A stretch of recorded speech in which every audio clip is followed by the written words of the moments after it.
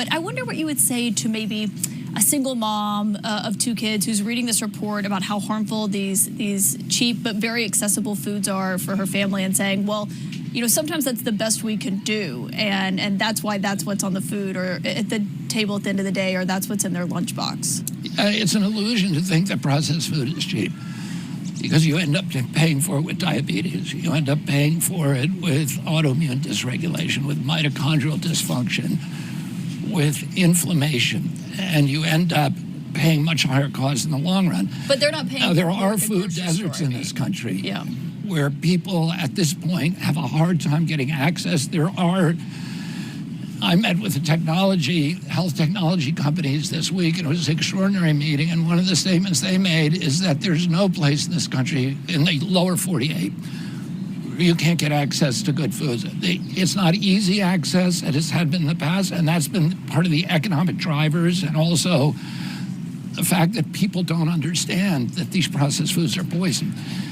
But they're more and more, and you're watching companies now that are changing their ingredients because of this movement, and are making good food more available to Americans because they're demanding it. There was no demand for it before.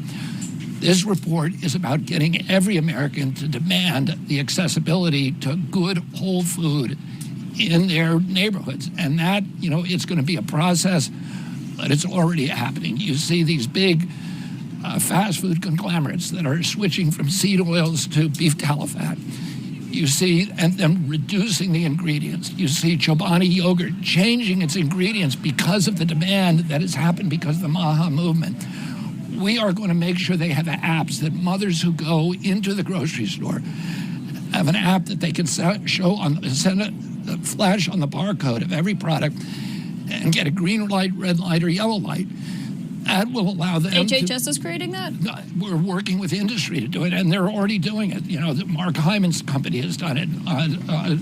Patrick Sonsing's company has done it. There are many, many apps out there that I use one called Yuka.